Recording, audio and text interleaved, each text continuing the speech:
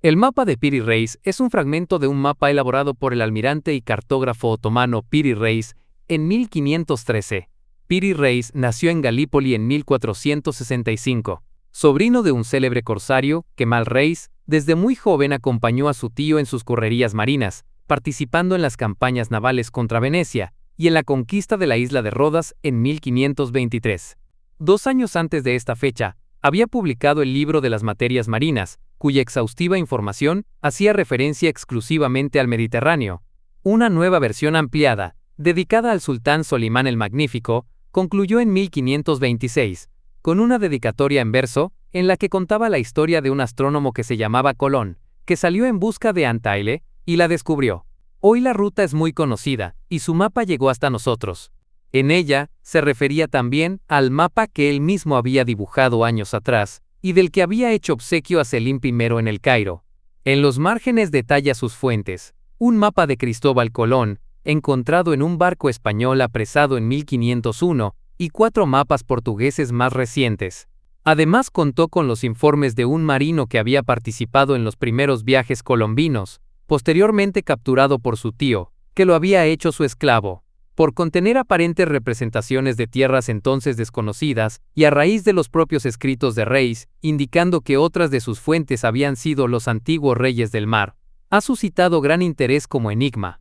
Es por otro lado el mejor testimonio de los mapas que dibujó Colón de las tierras por él descubiertas, de los que tan solo se ha conservado un pequeño boceto del norte de la Española.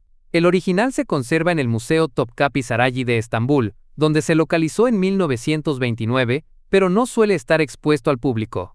Descripción: el mapa está pintado en cuero de gacela, con un entramado de líneas que atraviesan el Océano Atlántico.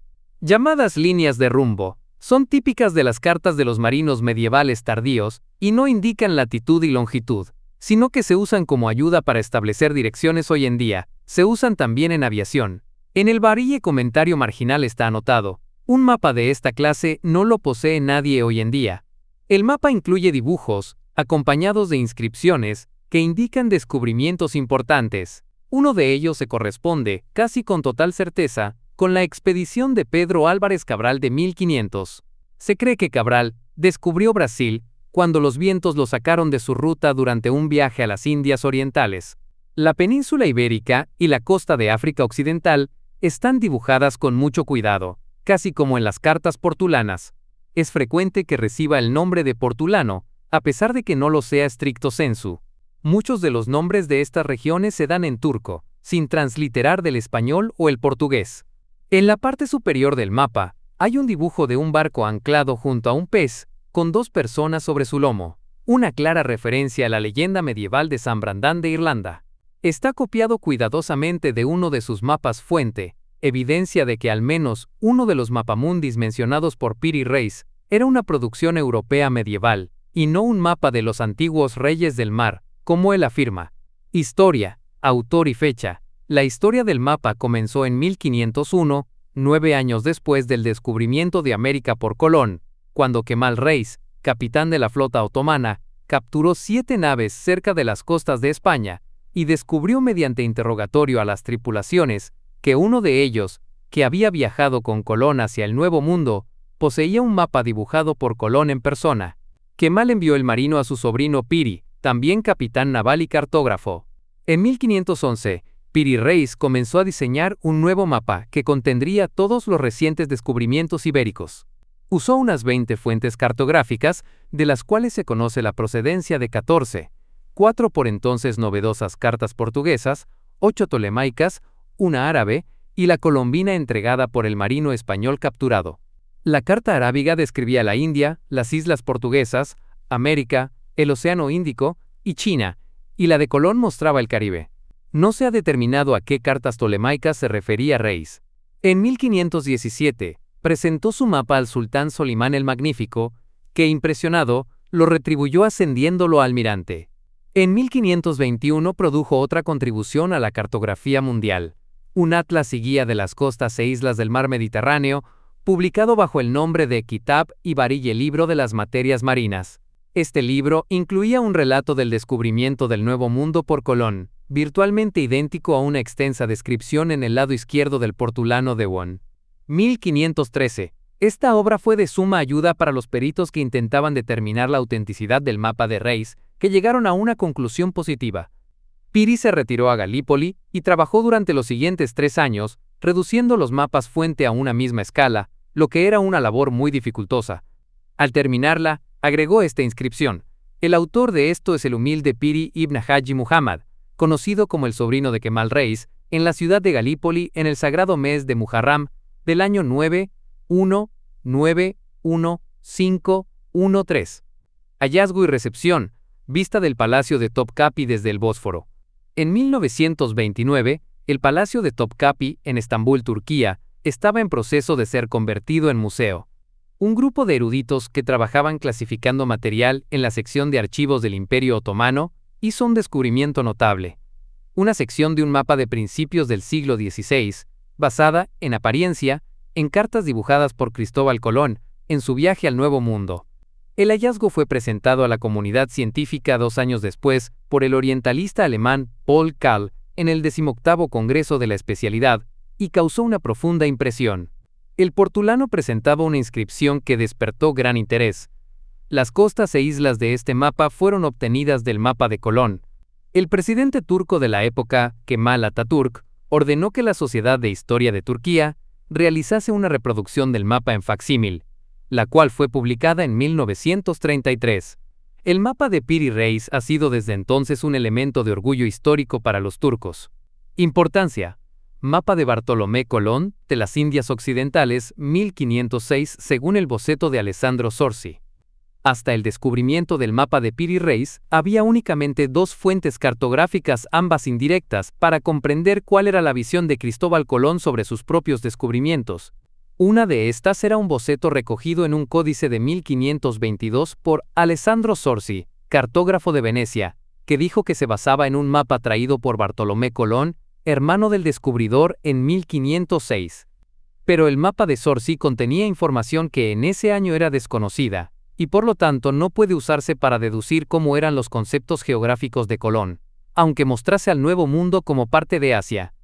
El único otro mapa superviviente realizado por un compañero de Colón es el dibujado en 1500 por Juan de la Cosa, miembro de la primera expedición colombina de 1492, que posteriormente realizaría otros muchos viajes a las Indias, uno de ellos acompañado por Américo Vespucio.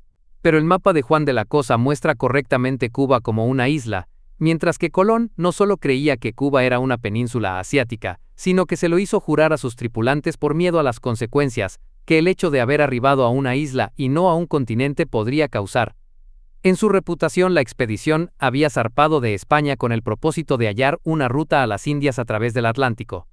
El mapa y sus relatos debieron haber sido muy útiles al gobierno otomano. Demostraban que las nuevas rutas descubiertas por los exploradores hispanos y lusitanos suponían una amenaza para el dominio turco de los mares del Océano Índico y el Golfo Pérsico. Muchos años después, en 1551, el mismo Reis fue puesto al mando de una flota con la misión de ahuyentar a las fuerzas portuguesas que frecuentaban el Golfo. Es por estos motivos que la conferencia de Paul Kahl, en 1931 sobre el mapa, sorprendió tanto a su audiencia y tuvo una repercusión tan grande.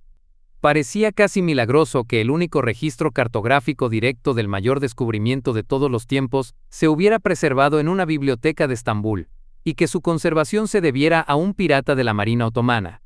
Pocos investigadores desde la época de Kale han examinado con detalle los componentes colombinos del mapa de Reis, y la cuestión de hasta qué punto representa las ideas del descubridor no está resuelta completamente. Varias publicaciones recientes, principalmente un libro de Gregory Mackintosh, publicado en el año 2000, han llamado la atención sobre la similitud entre la representación de las Antillas en el mapa de Piri Reis y las imágenes tradicionales de las tierras asiáticas de Catay y Zipango, es decir, China y Japón, respectivamente en 2 obras de finales del siglo XV, el Globo Erdapfel, de Martin Beham, y el Mapamundi de Martellus. Según estos autores, Colón habría deformado deliberadamente la geografía antillana en sus mapas para argumentar que realmente se trataba de Asia. El mapa de Piri Reis sería entonces un reflejo de la manipulación cartográfica de Colón. Hipótesis que intenta correlacionar el contorno inferior del mapa de Piri Reis con el de la costa patagónica argentina y las Islas Malvinas. Otra hipótesis, menos aceptada, que intenta correlacionar el contorno americano del mapa de Piri Reis con el de la costa Illinois, venezolana y brasileña. Los aportes de Gregory McIntosh, un historiador de la ciencia cartográfica, examinó el mapa en detalle y publicó sus resultados en The Piri Reis Map of 1513 Atenas y Londres, University of Georgia Press, 2000. Allí sostiene que la fuente colombina que Reis menciona fue usada para dibujar el Caribe. Esta zona es, en efecto, de excepcional importancia. En su extremo noroeste se halla una gran isla llamada la Española hoy Haití y la República Dominicana, descubierta por Colón en su primer viaje y donde había establecido una colonia, indicada en el mapa con 3 torres. Inmediatamente al sur de la Española se ve Puerto Rico, y al noreste un conjunto de islas que llama Undici Vergine, las 11 Vírgenes. El que este nombre sea claramente italiano, no portugués ni español, evidencia para McIntosh el origen colombino de este sector. En efecto, muchos de los nombres de puertos y accidentes geográficos usados por Reis se encuentran también en textos colombinos. Por lo tanto, tampoco esta zona se basaría en mapas de la antigüedad remota. Cristóbal Colón desembarca en la Española. Es evidente que Colón deformó la Española en sus mapas, haciéndola quedar completamente desproporcionada con respecto a Brasil, y orientada de norte a sur en vez de este a oeste.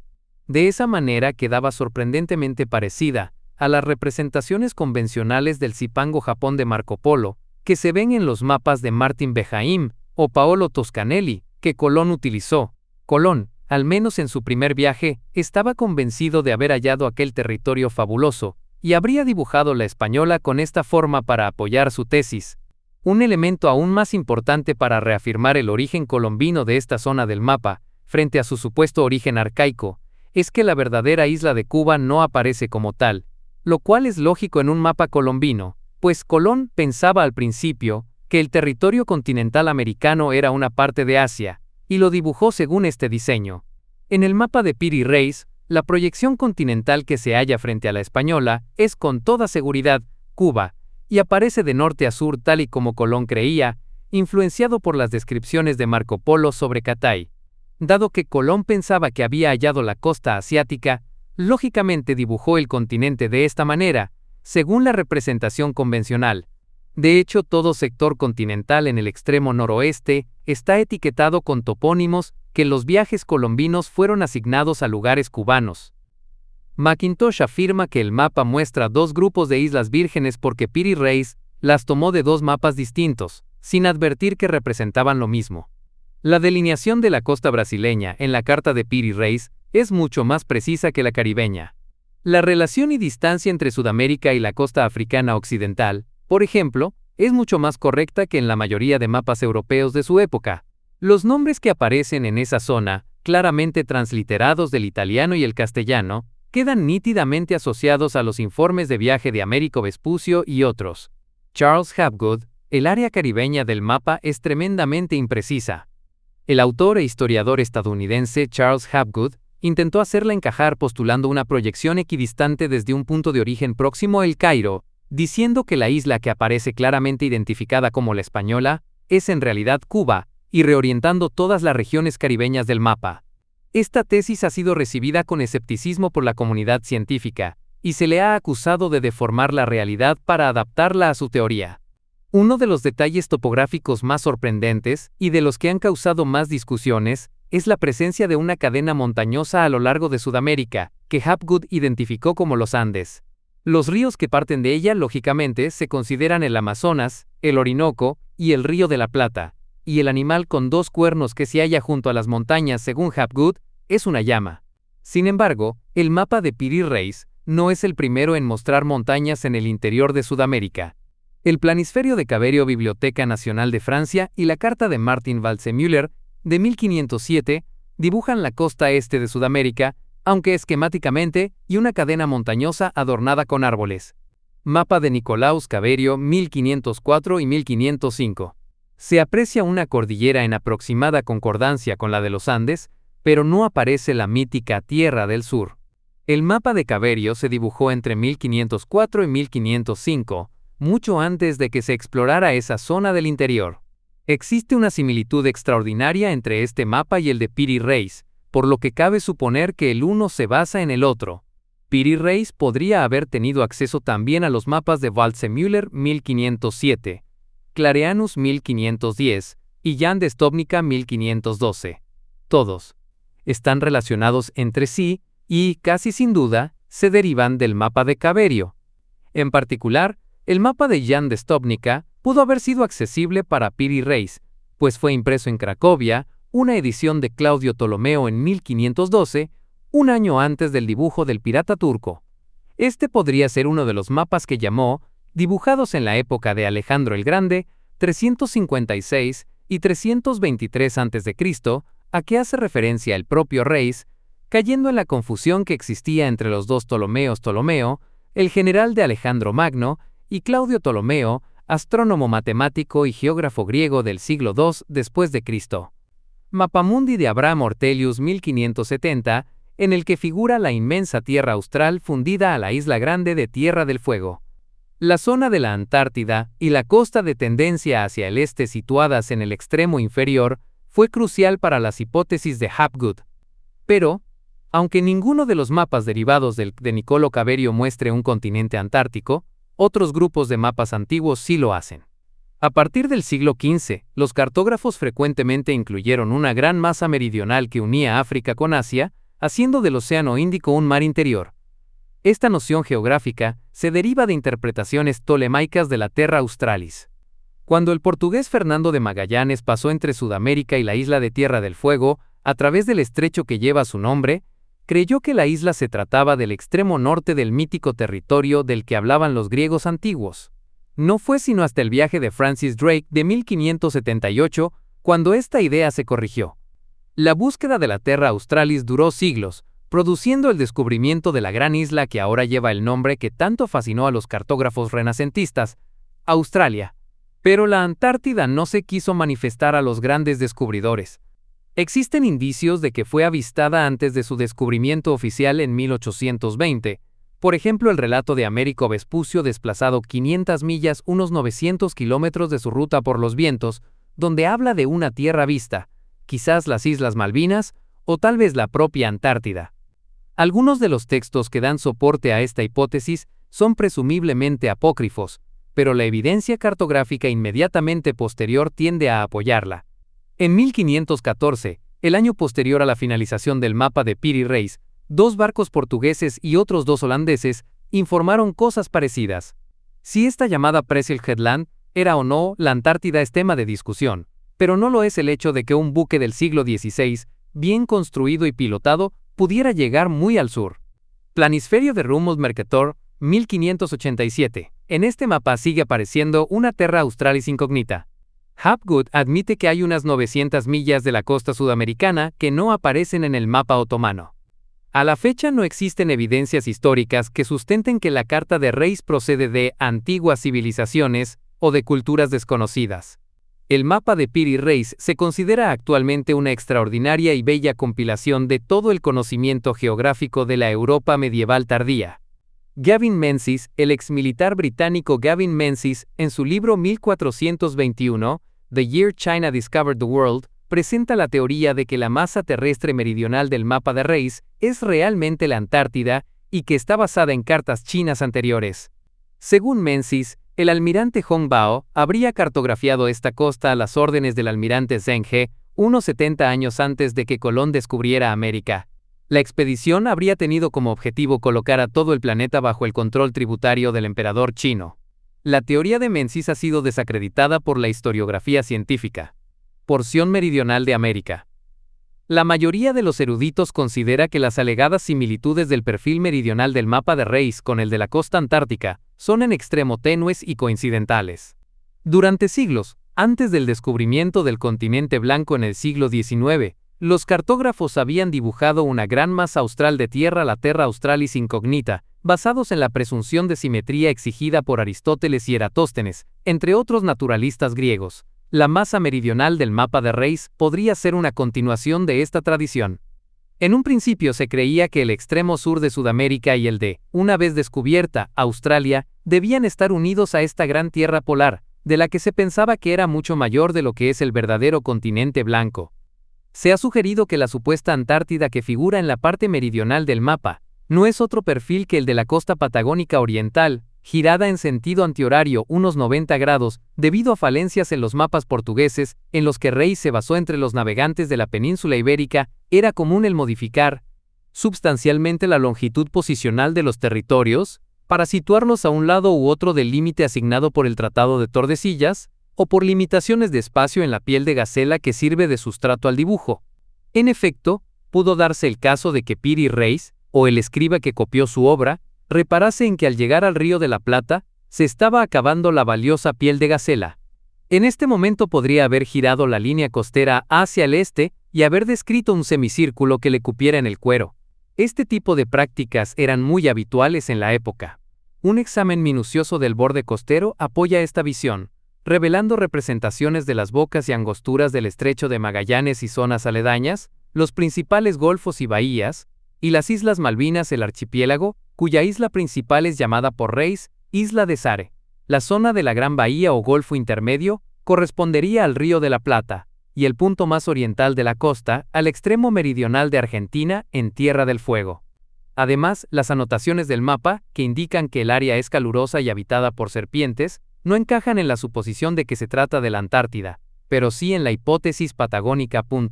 Al mismo tiempo, una nota sobre las alegadas Malvinas dice que allí la primavera llega antes, lo cual no es cierto para los territorios insulares al sur de la convergencia antártica. Proyección. Una teoría postula que se trataría de una porción de un mapa elaborado en una proyección azimutal de Lambert. Este tipo de proyecciones responden al centro que se determine para la misma, que para el caso propuesto se encontraría aproximadamente en el norte del Mar Rojo, cerca de la costa egipcia. Esta teoría, a menos de esclarecer el hecho, lo complica aún más, ya que Johann Lambert no desarrollaría este tipo de proyecciones, sino hasta mediados del siglo XVIII.